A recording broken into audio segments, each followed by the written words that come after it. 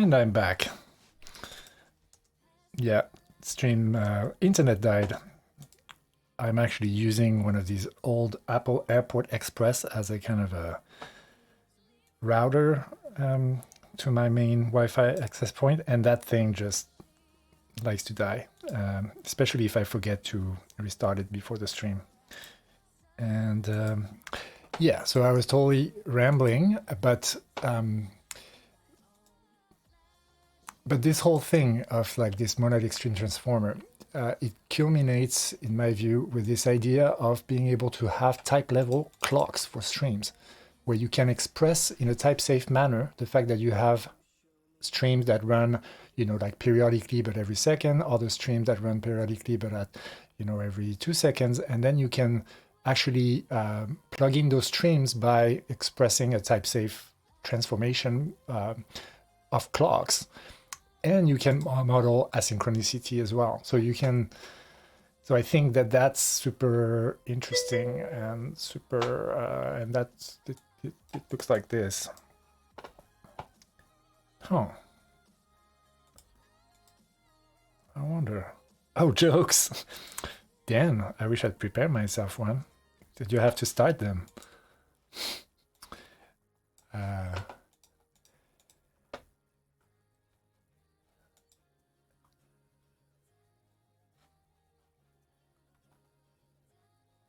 See. Yeah, you see this? So this is all arrow based, but I think you could transform this to a more like pipes based API. And I'm just fascinated by all this because it feels like you can, and I've started writing and it works. I wrote a free DSL on top of pure run streaming that can be interpreted by a co-free interpreter. And then I haven't done any clock type level clock thing, but I think it's possible. Anyway, that stuff is mind blowing, and yeah, and it goes further because it actually feels like it's all connected to this paper. The essence of data flow programming.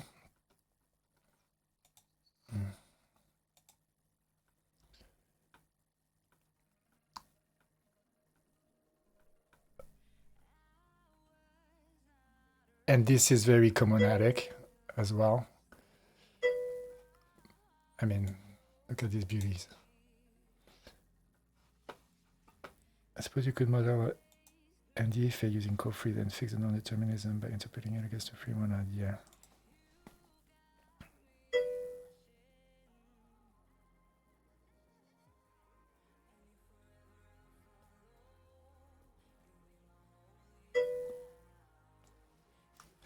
I think one has to refresh.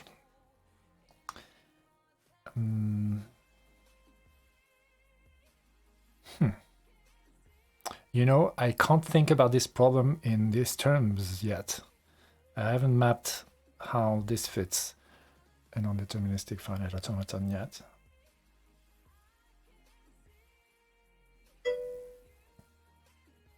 Welcome back, one.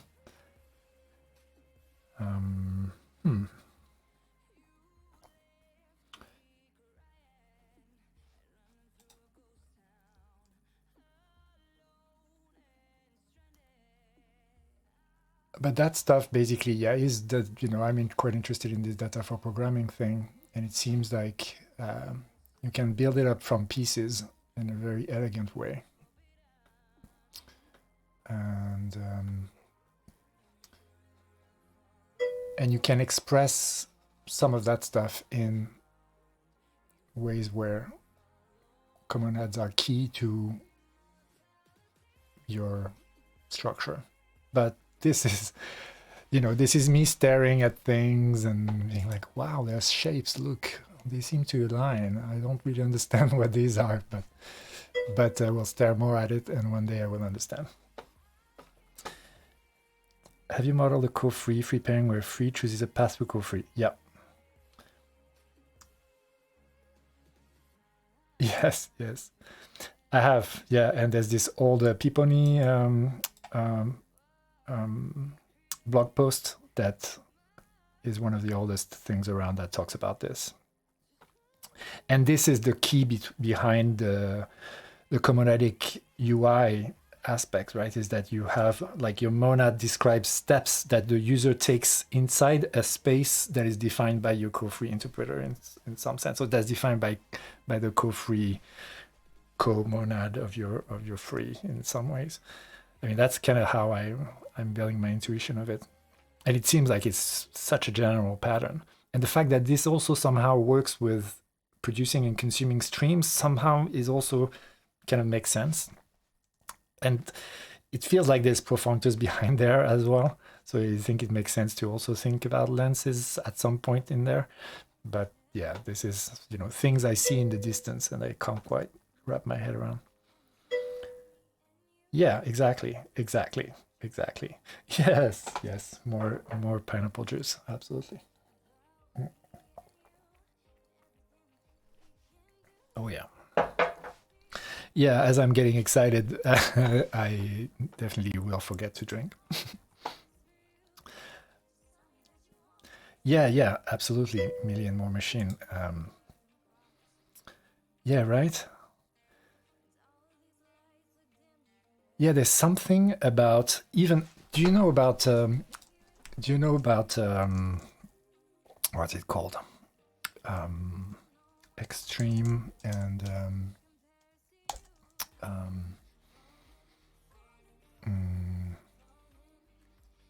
streaming IO.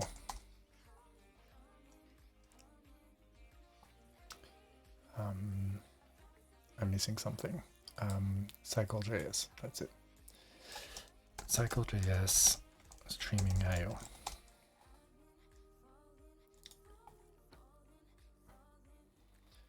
So the developer of Andre Stout, he did this JavaScript-based library for streaming, and it's quite elegant. I like how it works. It's a very well. It feels like a very good generalization of programming in general, right? Computer and human, and input and output, and already this is perfunctorial, and it feels like, and his decomposition of that. What if the user was a function? That's a good title, right? So it is about data for programming, but he talks about the fact that a lot of these ideas existed in the Haskell report 1.0, which is still available online somewhere in a PS file, a gzipped PS file, and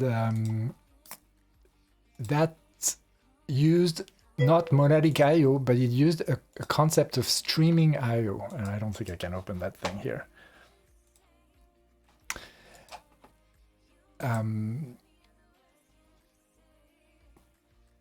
Or maybe it is in PDF format.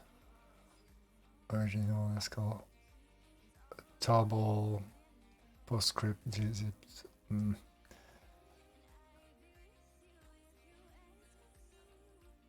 1.4. Like, look at this thing, right?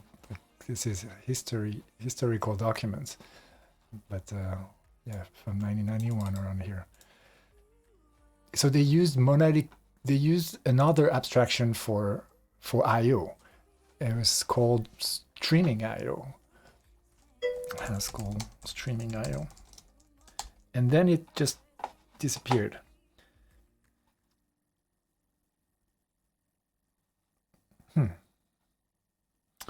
Right. Interesting. Yeah.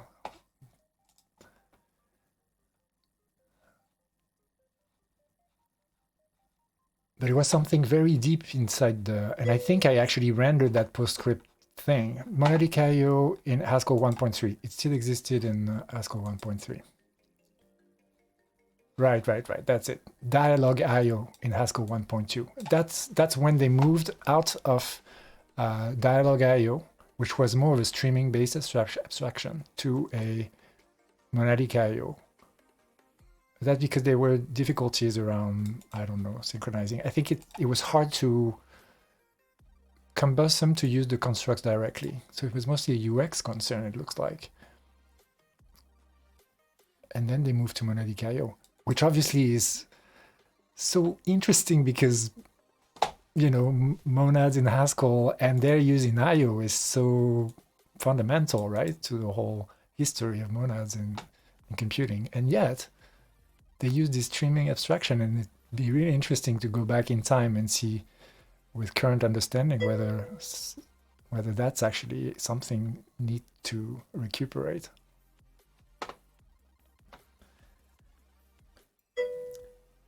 Yes. So I've seen that. Just the fact that a lazy list is basically a stream in reality, in sort of its semantics in Haskell, is both great because it means that you benefit from streaming abstractions without even knowing it, but it also means that you don't know it, and so that can lead to difficulties in understanding their properties. Yeah, right? Yeah. Yeah, there's this thing in functional programming called monads that are, you know, really talked about widely, and especially in this programming language Haskell, and they're used to do I/O. That's one of the main reasons why they were invented.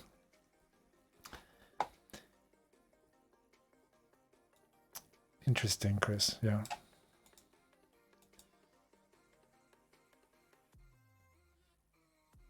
And yeah, streaming, I mean, you know, it's like everything. It's a perspective, right, on a program. But and there's also this different styles, right? You can still do kind of point-wise things, or you can do arrow-based things, like more point-free things where you're combining transducers and whatnot. And yeah, transducers feels very lengthy and perfunctory as well, right? Love this language. All right. Enough on the distraction stuff. Optics using transducers, right. But yet, optics are not talked about so much in a streaming context, whereas I think transducers usually are. And so there's something there that might be not explored so much as in a streaming perspective. Yeah, exactly.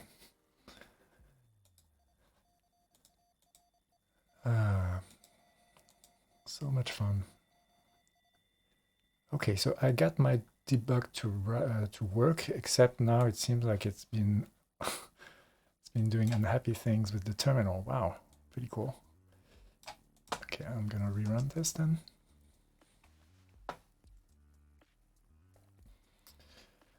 And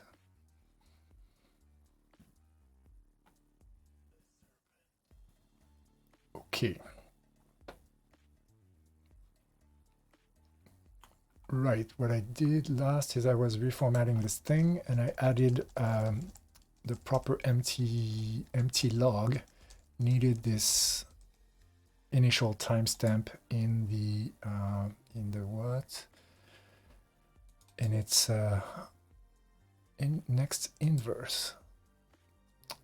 Well, oh yeah, of course it needed that because I actually added it in the map as well. So now it's in there. And so if I look here, then this should be nicely continuous. Here, alpha 0 is in 0. Oh, well, no, there's a skip there. Maybe because that's not alpha 0 we're talking about, because we don't have zeros.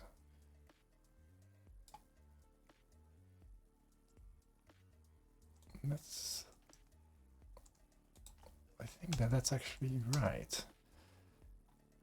It's just that in indexes we have zeros, but not in not in timestamps. And that's one way to think of it. All right, Chris. Yeah, same. Thanks. Me too. And yeah, let's see if we can hook up some Discord things. And yeah, I talked to Matthias about that, and he said that he was in touch with you about it as well. And yeah, I'm looking forward to it. Totally. And thanks for bringing a little bit of activity here. It's really nice to have you around and to have promoted my stream as well, where functional people will be seeing it. See you next time. All right, so we have a alpha. Oh yeah, so this time we start with alpha 1 and have it at index 0, and then alpha 2 is at index 1, and alpha 3 index 2, alpha 4, 3. So that's nice and continuous, and I like it. Oh, however, this seems wrong. And this is the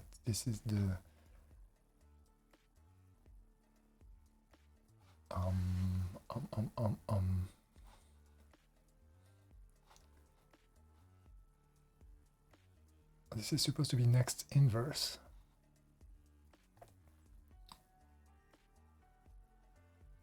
And I've put an alpha 1 in it, and you seem to be adding alpha 2 at the very beginning instead of after it.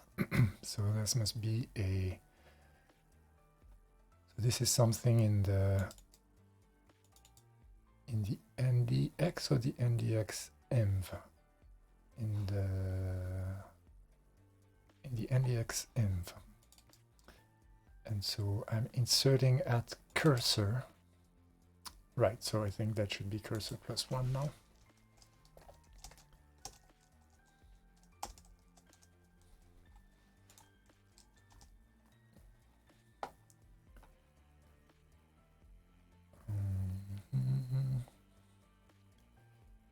Yeah, alpha 1, alpha 2, alpha 3, alpha 4, alpha 5, and that's what we want.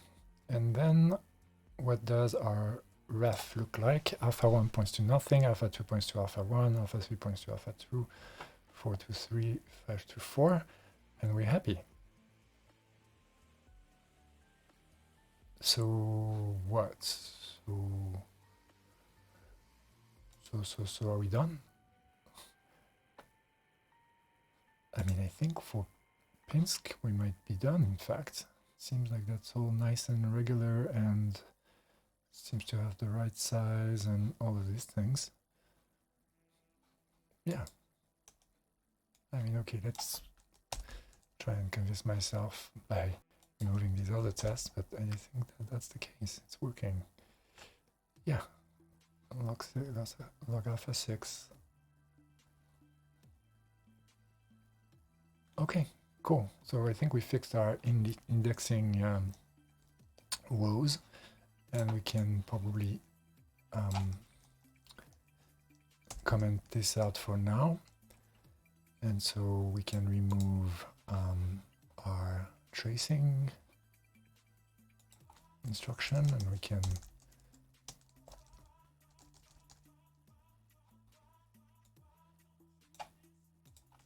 just append log and check we're good. Yeah, cool. All right. So what else? Well, right. What else is that now we need to deal with backspace. And so let's do that. And let's continue in that sort of testing mindset as well. Betalog Pinsk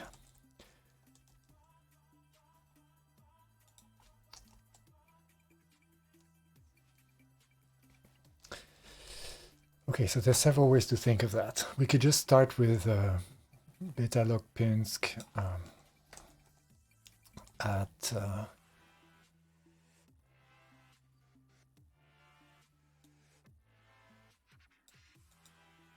we can't make it equal to alpha log Pinsk because there's tons of alpha indexed things in there. The way that beta would really receive in the real world will receive its data is by receiving all the ops from alpha and then appending them one by one. So one question is, how do we emit the ops from alpha log? From alpha? That's one question. And then the other would be, like, how do we append?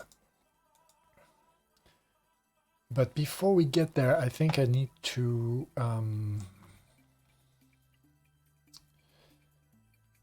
deal with just doing backspace M in alpha, even before doing it in beta.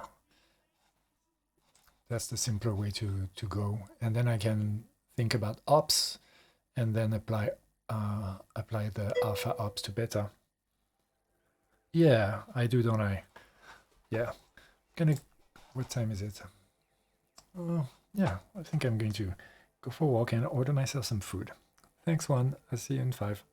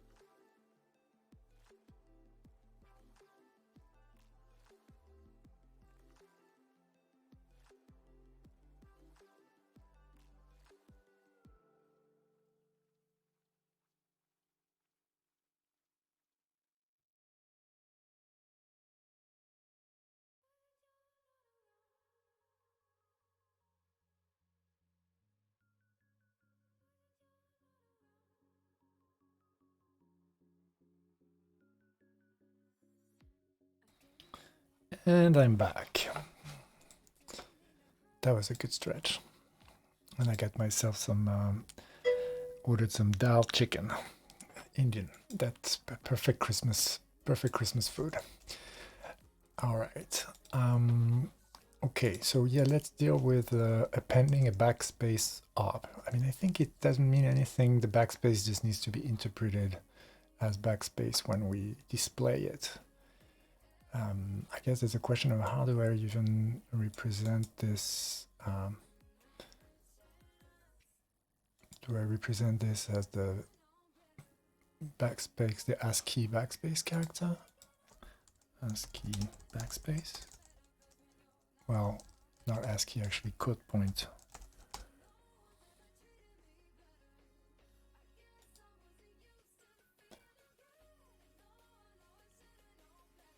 I suppose I do. Then what's the... I think I'm getting a little bit on the crazy side with the old tabs, huh? I think most of this I've already shared in the past streams. So actually, let's do a little check on this.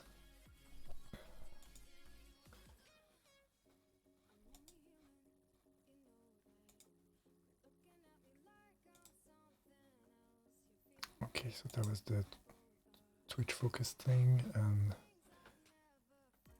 list. I don't think I need to share a link to list. Ordered collection, probably don't need to share that either.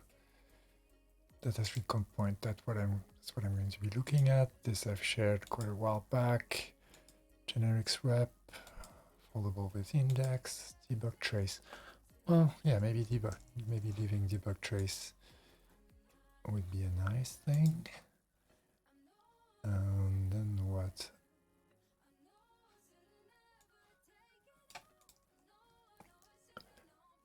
Right, all of that stuff on comonads and run streaming and run and beam and lens.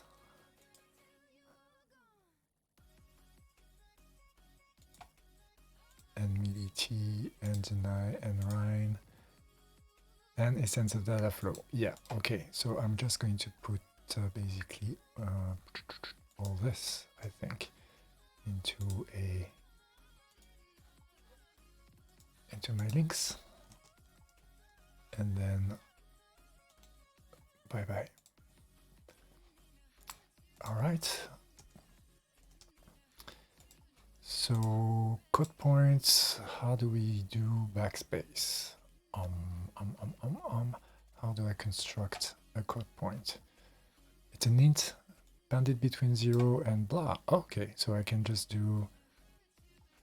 Can I just construct one? Well, creates a string contain just a given code point. Code point from int is probably what I want.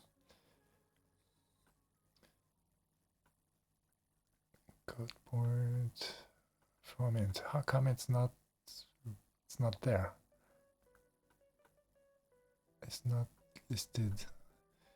This code point from char, but there's no code point from it. Where is it? Okay, why not? It doesn't exist. Okay.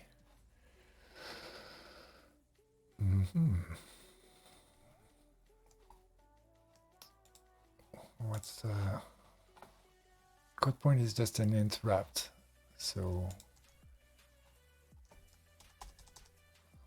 maybe this, shall we well, let's try and figure that out, and then let's submit a pull request to the package to be a nice open source citizen. So I suppose that if I just use the code point constructor, that's the question, is the code point constructor exported? And yes, it is. So, well, no, hold on. Shouldn't that be with parentheses? Oh.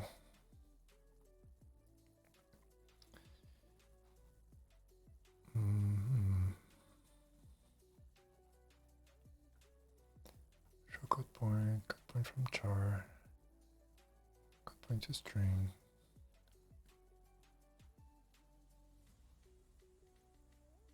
from code point array to code point array, code point at constants count countel index of. Those don't construct code points. And save code point at from car code. Oh, that creates a string. Well, that's not very elegant. Okay, let's see. Log show of code point. Yeah, it says type. It doesn't. So it probably won't work. Code point 8. And what?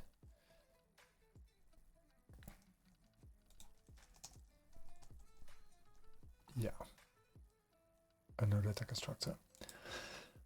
Yeah, so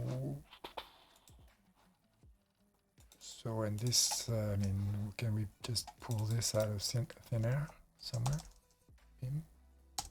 No, can't. So let's look at maybe the history of the package and or this particular, like we do blame on that. Maybe not blame, maybe just the history.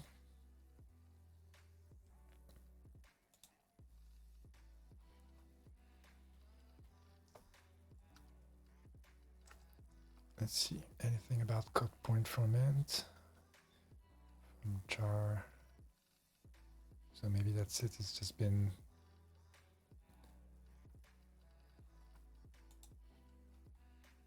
removed in favor of code point from char.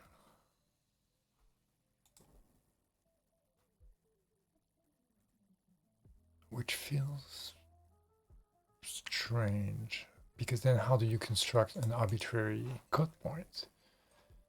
These functions are obscure strings to be treated as they were sequences of Unicode code points instead of the true underlying implementation sequences of UTF-16 code units. For linear should be preferred over the one and data string code units.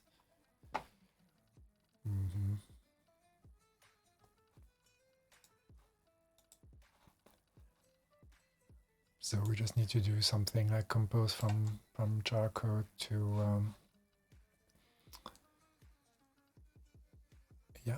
from jar port with code point from char. Let's give it a shot. Okay. Code point from char and from char point. Except this needs to be exported from data.char.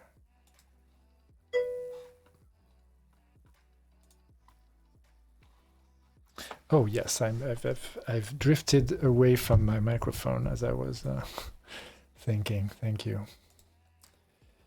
Data string code points, and so import. I mean, to be fair, I was not importing everything there, but I think I'm still getting this correctly. Data.char and from char point, still not happy.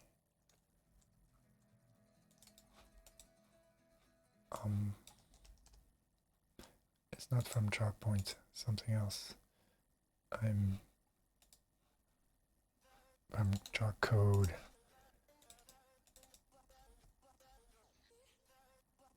And that returns a maybe, and so yeah, that's fine. So we pass this to a maybe. I mean, we're doing this point-wise really, so we can do this like this. And we pass maybe of, let's say,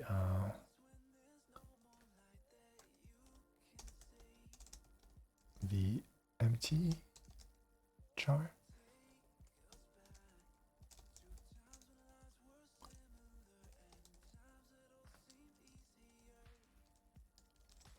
Maybe space. And ID, right? Actually, I think we just need to say just, don't we?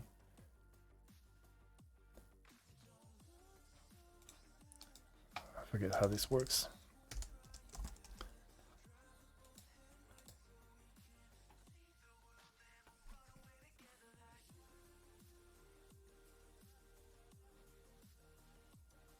We don't want from just, so yeah, it's just maybe, right? It's just maybe.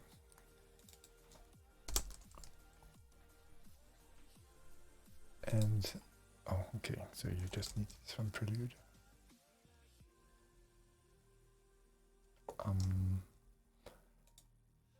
Is it identity in Purescript and I'm just forgetting that? Yeah, seems like that's the case. So where do you display if I run you? Well, oh, you display code point 8. Yeah, that's kind of what we wanted. So, okay, so let's submit a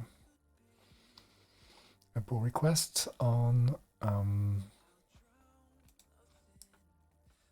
Purescript data string, code points, and edit.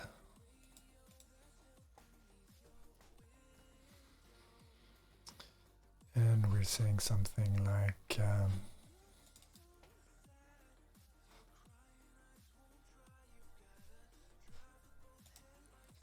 let's do the map singleton trick and see how that works out.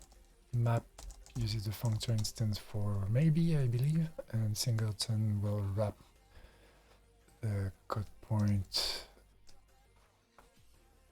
in a string, and then we can do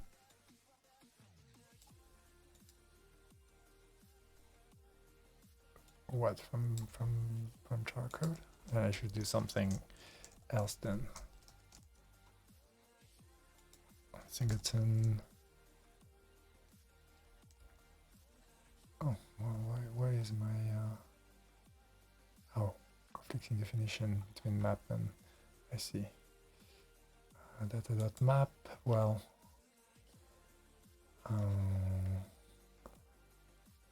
okay, let's see. Let's comment that. Let's save.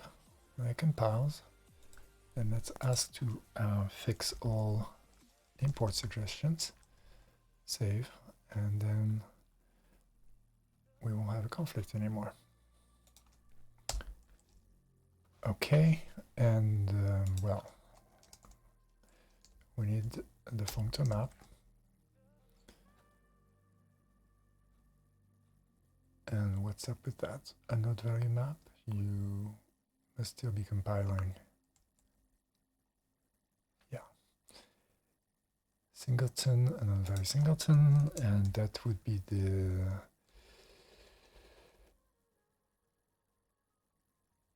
code point singleton. And, here, that one. Probably best to call it cp.singleton really, but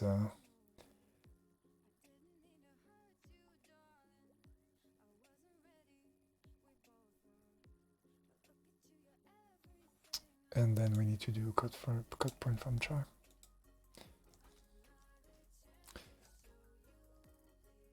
Do we though? Oops. I think we need to do whoopsie. Code point from char. Okay. That's annoying because we can't import this.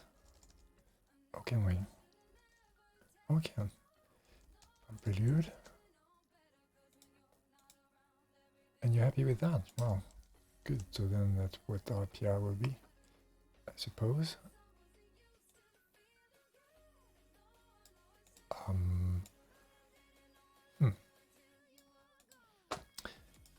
Give me an example of a char code that's real.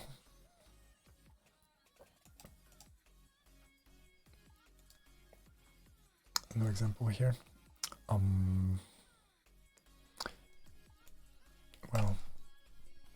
let's ask for the char code of, let's say A.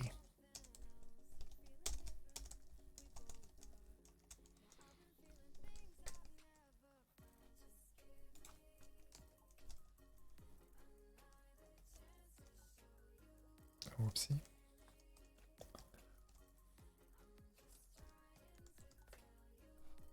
Okay. 97.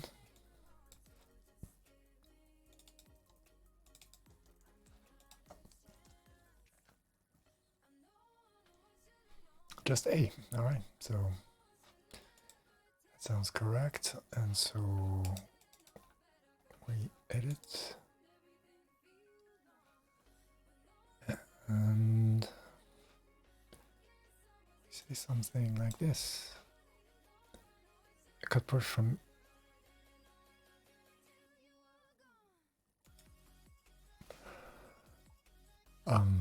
no, but that's not gonna work. I mean, I don't think I can pass this to from car code, right? Or maybe I can. Well, that doesn't seem right. So how do you construct a quote point from its integer value these days then? Is there something I'm missing?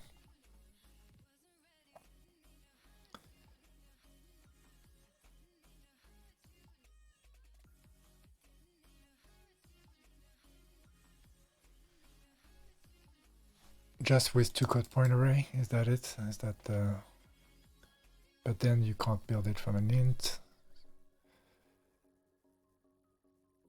Where did it go? Is it in issues? No. Am I missing something completely obvious here? Is it related to code units somehow?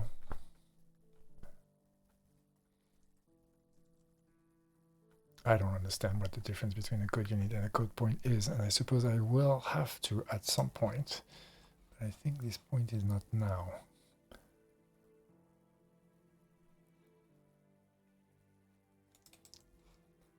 Let's search for this in here. There is an issue about it. It's a PR.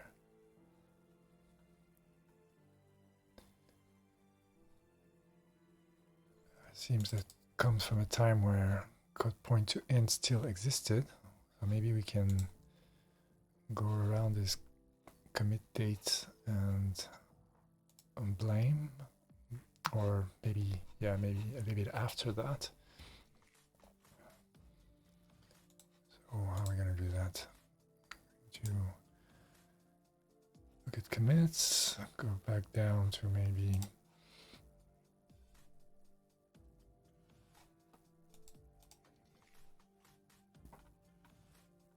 let's say, right, let's say beginning of 2008. I go there. No, not the commit, the code base.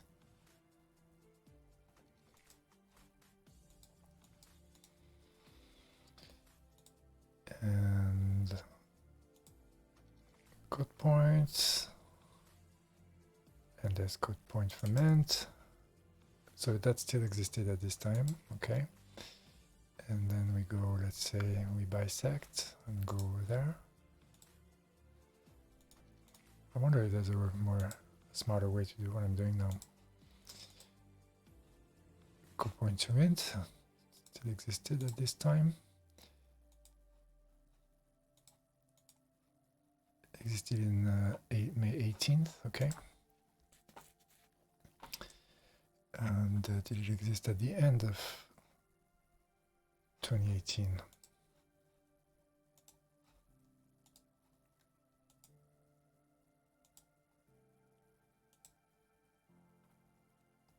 No. And so can we?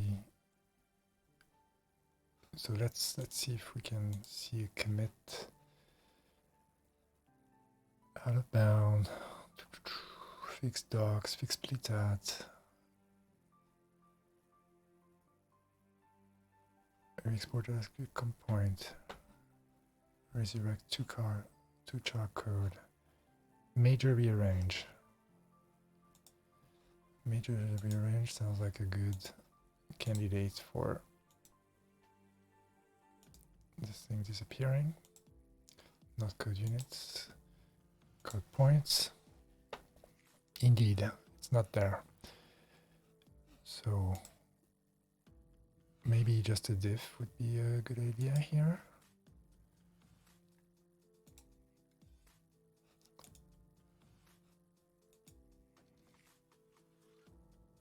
Well, just a diff, then I mean a just looking at the commit really.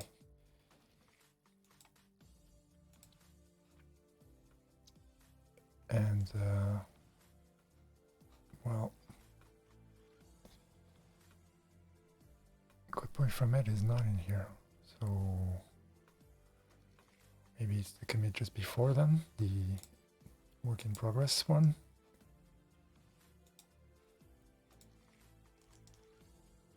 Yeah.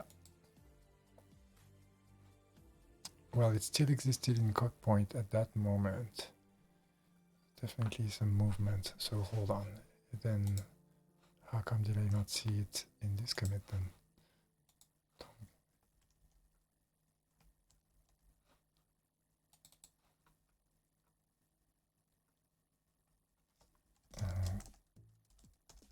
Code point.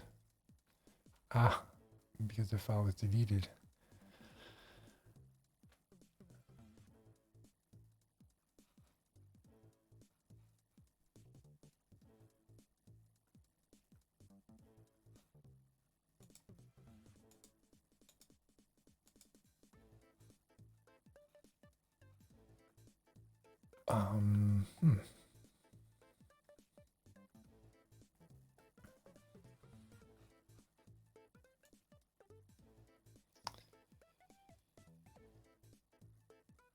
Okay, I'm confused with this refactoring. Large diff files. Okay, well, maybe we can say something from the test.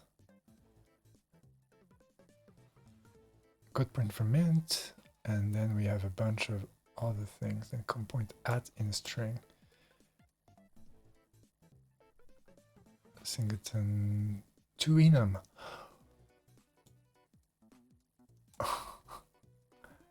Wow, that is some smartness that I couldn't get. Hey, but that makes me understand the enum time class a little bit better.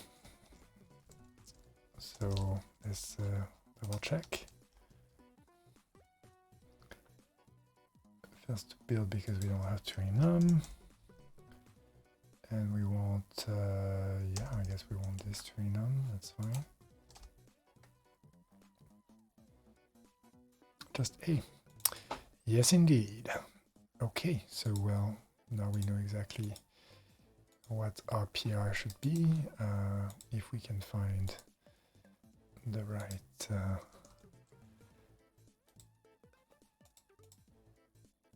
yeah, I have no idea where I'm at, so let's edit this again. Cut point, and yes, thank you.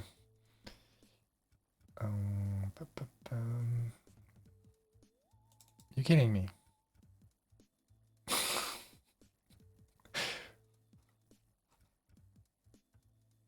I was reading the docs from an older version.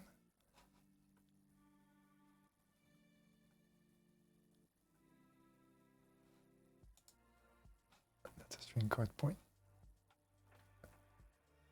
No, I mean, hold on. Latest 401. Is it a problem with the CI that builds the Pursuit docs? So data string code points to enum.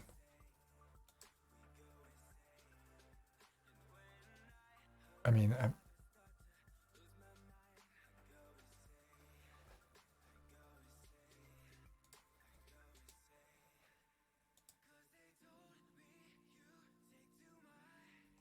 Okay, I think I can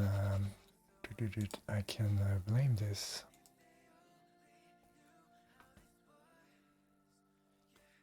Lab Singleton Tweenham. Fixed documentation for Singleton.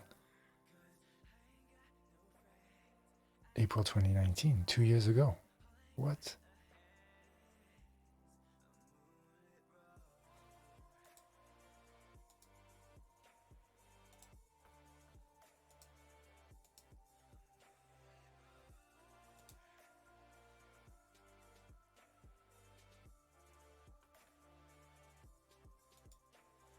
There's a problem with the documentation generation there.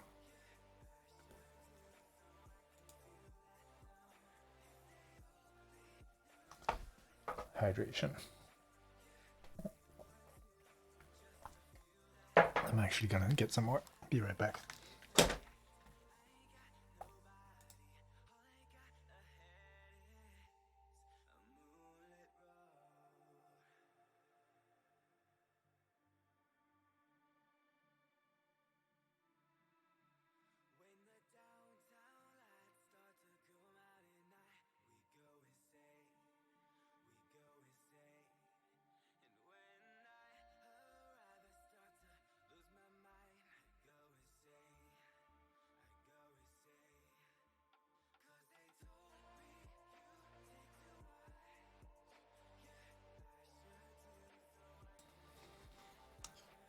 Okay, and I'm back for just a little bit more.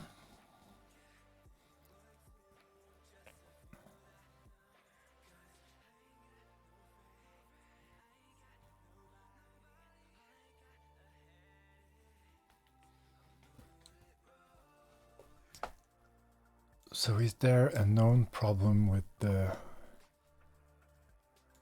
documentation building for Pursuit? For Pursuit user, how to submit packages.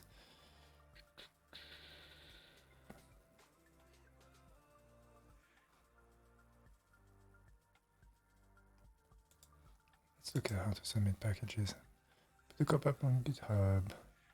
Check out documentation looks sensible locally before publishing it. So maybe we do that. We clone it locally.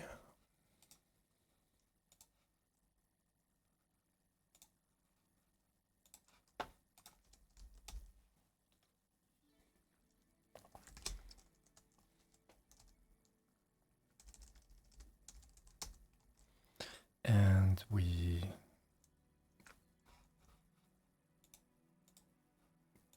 pulp docs format HTML. Don't even know if that's gonna work. Yeah, right. So, because I have Spago, can I do the same thing with Spago? Probably not. Can I just npm I pulp? Maybe I can.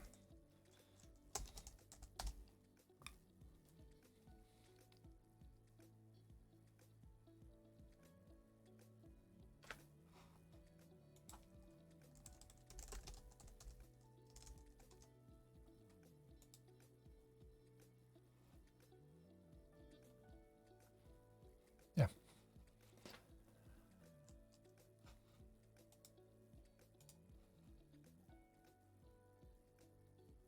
I mean, that's a good thing to learn because I guess at one point I will publish this library on Pursuit as well. And let's try again.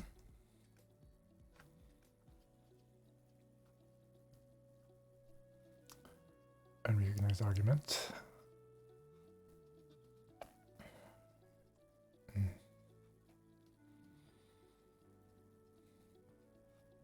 Okay, well, how about you tell me then what I'm supposed to pass? Pass-through options are sent to purse docs. I see. And purse docs likes what? There's no purse because I haven't installed Purescript globally, I imagine.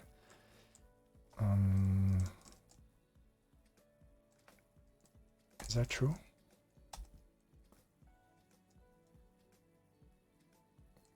I get the path from Spago or something? Path. From path used for the project. No, there's a global cache, but how can I know which compiler it uses? All the source paths for dependencies.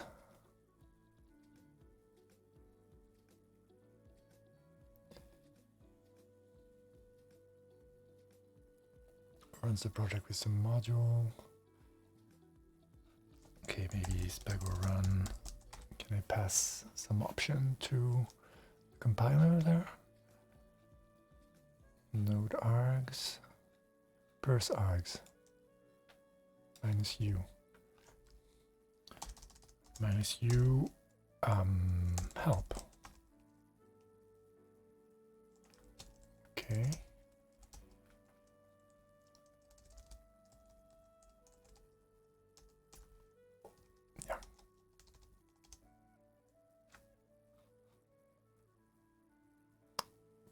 Bin on copy. I think that's using the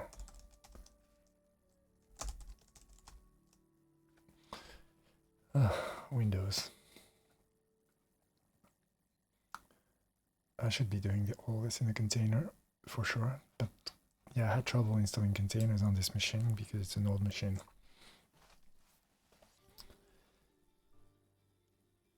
Oh.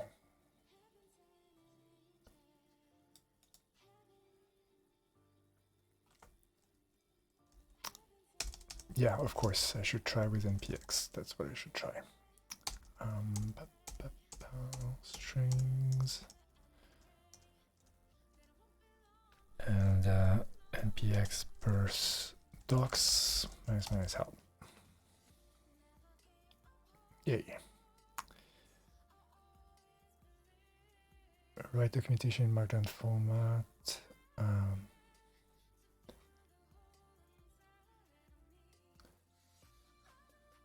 Minus HTML. So let's give that a shot. Invalid option minus HTML. Yeah, what am I doing? It's minus format HTML. Or not. No input files. Okay. So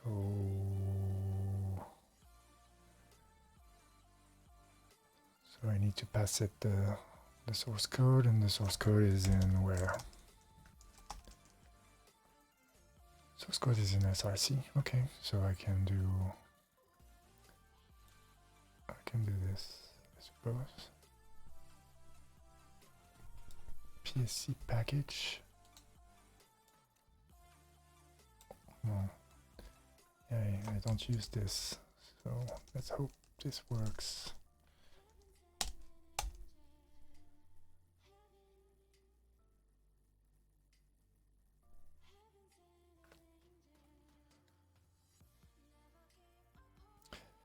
No, it doesn't work at all because we don't have packages installed because we don't use. So is there a spago docs command? I guess that's the whole thing, right?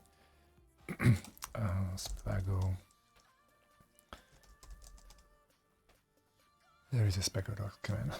So spago, is this initialized with spago? It's not, but let's make it so.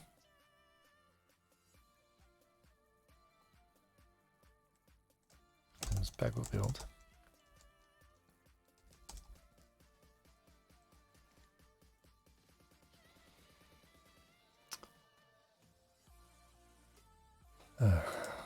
Split world.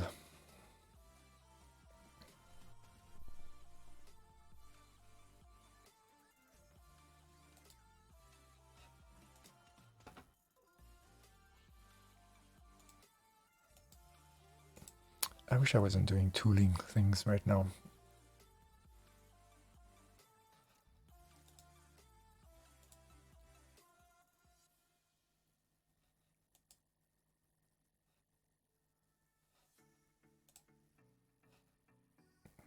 Package management. Do I just need to spago install? That why?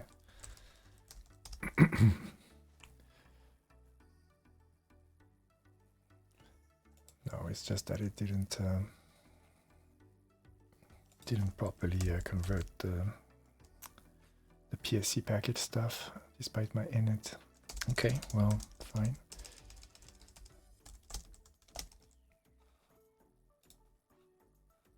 I mean, I'm not sure what I'm going to find out by doing this, because sure, we have Spago and packages and probably a large bunch of stuff from the Bower that's missing, which is where we get all these errors. But that's not going to help me. I need to be doing things the old way. So let's git reset. That's how it's done.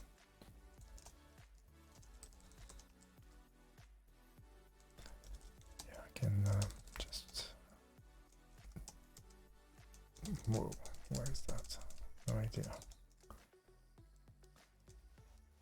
Is it delete? Del. Yeah, del. Del star.del. Okay. So we want to have a pers install. I guess I could install it locally. Install Purescript locally. I need to know also which version this is for.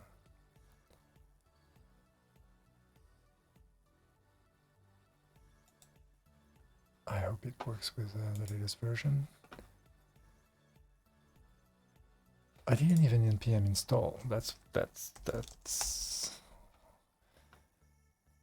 might just be enough, because that will install pulp and Purescript PSA.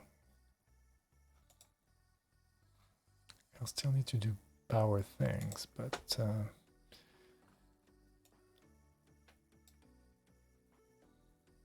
I need to do something like pulp install, or is this build pub build? It's funny how when you don't use tools for a long time, then you completely forget about how to use them. Okay, so does pulp work? Does, and then what pulp build? No. I think power install. That's the old way, but I don't have power, right? I don't. It's coming back to me.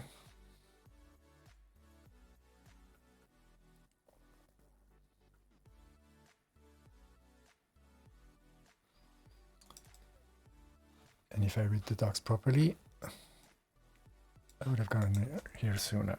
But yeah. It expects all projects to contain a manifest. I think I just need to do power install, huh?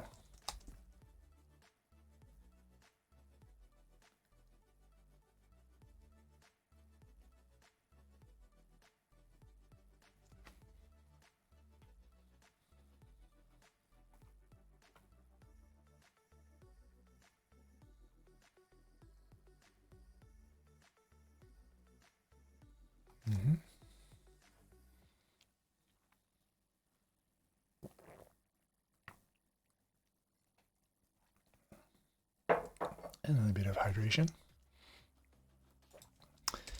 And so therefore now I believe that in fact all the things should work, right? One can hope. Let's try this command again. Nope.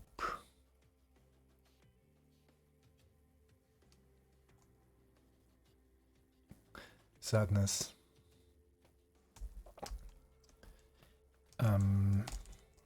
Let's try the pers command, which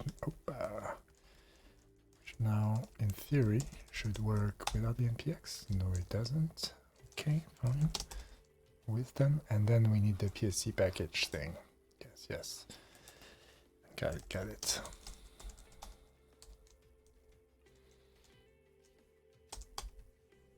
Right, npx pers docs help. We do have, well, no, because it doesn't go into PSC package. Okay, I forget PSA.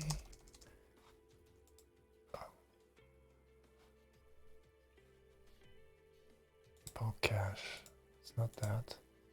Power components. Okay, what is Purescript PSA? Error warning reporting. It has nothing to do with nothing. So we want this to be the power thing then.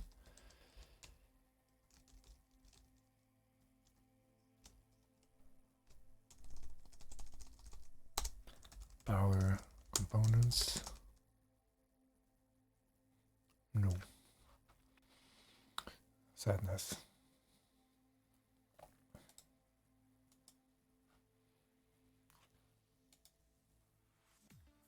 Power and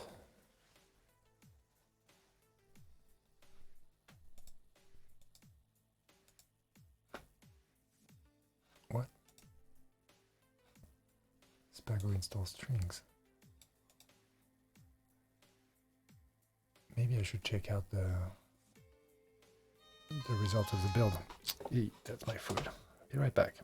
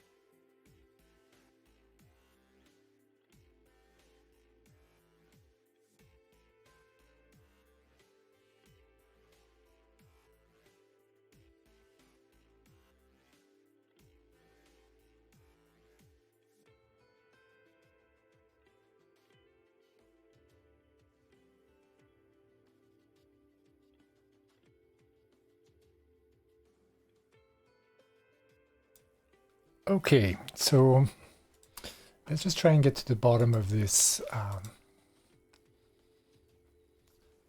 documentation issue, and then I call it a night. No, I haven't finished eating. I just got the food, and it's waiting for me. It's waiting for me to succeed in figuring out how these publishing things work. Yeah, I am in a sec. Okay, so let's see. Let's take a look at the CI, because maybe the CI will tell us something. CI passing. Release is 402, whereas Pursuit is 0401. There's definitely some CI going on.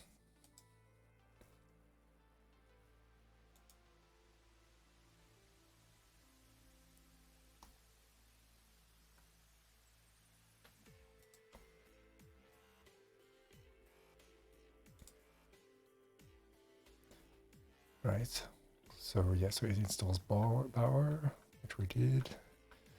It runs Bower install, and then it has this npm run script build. What is that?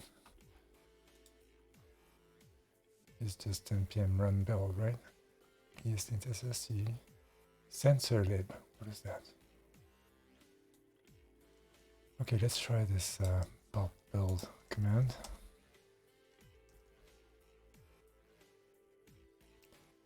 And recognize arguments.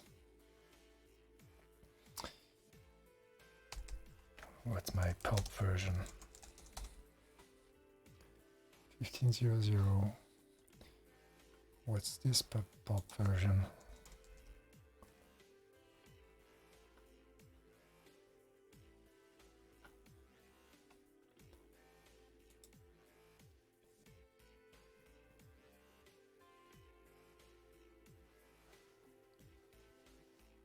Checkout, setup, fetching PSA, fetching Spago, fetching purse, 0140. Oh, that's what's going on. Using cprogram.js purse. So my globally installed purse is, I mean,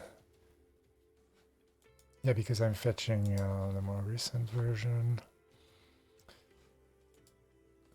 So, but hold on, pulp is supposed to be 15. Oh, it is 15. It's just my purse. That's my yeah, purse. That's not the right version.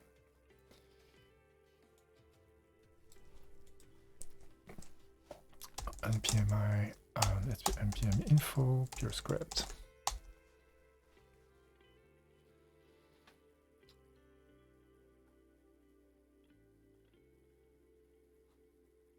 There was 13.8 and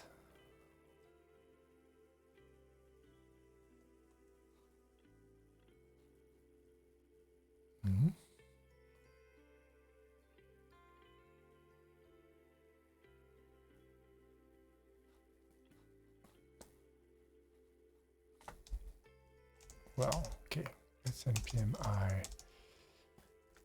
Let's hope this works locally and get 0140 RC3. See whether that works, even though the tag's not showing up here. No.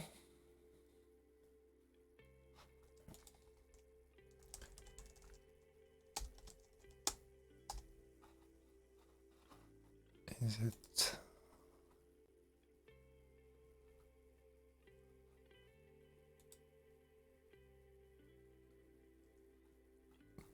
Publish somewhere else? No. That's unfortunate. So maybe I just need to roll back Purescript strings to a release when they weren't working on updating to 0140 RC3, which would be around here. Okay. Let's try. Check it out. Blah. I mean, that won't tell us much, except maybe this will start working. No. Okay. Yeah, I think I feel that I'm being defeated by this, because there's a lot of moving things that are moving underneath me right there.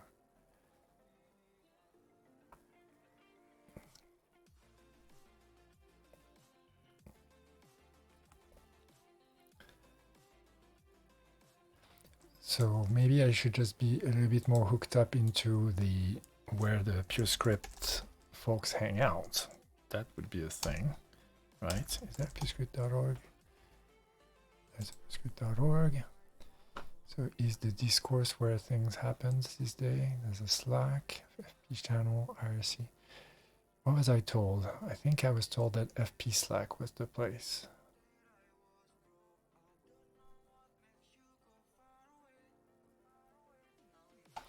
But you know, I think if I can't submit a PR because it's already checked, I'll just say docs are not up to date on Purescript and ask the smarter people to figure it out. So how do we word this? Data strict cut point, singleton, can link to that. The document, the Purescript docs for singleton show a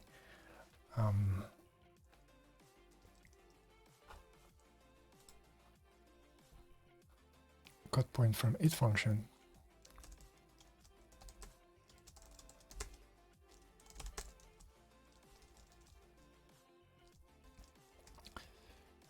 Singleton, show a cut point from int function. Let's be formatting this nicely, which has disappeared, has been removed from the API a while back. And in fact, the docs are properly updated in the source code. I can link to master cut point and this.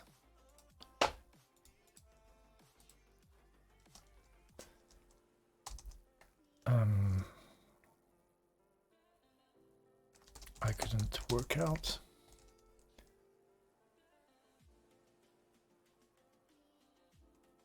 how docs are published.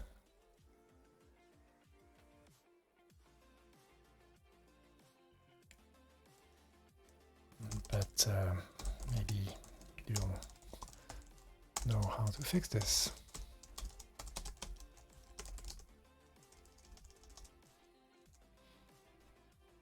Ah, well, let's be short and sweet, to the point. Okay. So that's it for today, I think. Unless I come back after dinner, maybe not. We did make some progress with our code because we figured out that bug in append string, fixed out a couple of off-by-one issues in how we append operations. So when we get back to it next, we will be continuing to look at the at how to add a backspace character to the string, and then maybe do a naive rendering first, like a pass to just display the string from alpha log pinsk or any log, which doesn't take into account the multi-replicas, but that would be a nice way to just have a way to render. That's better than our current display of the whole Chronofold, using those show instances. I mean, this is great for debugging, but really doesn't tell us much. And then we can start thinking about how we're going to produce ops to ship them over to other replicas. And we're not going to do this over the network, of course, for a start, but that will allow me to say something like beta log pinsk is receiving these ops and applying them to its own log, and then we'll be able to say also something like beta appends some stuff into his own log, and then alpha receives the stuff. And then we look at how we make all this sort of automated and whatnot. But this that's the next step. So thanks for watching, and enjoy your Christmas Eve. And if you're not celebrating Christmas, enjoy your evening. And see you soon. Take care.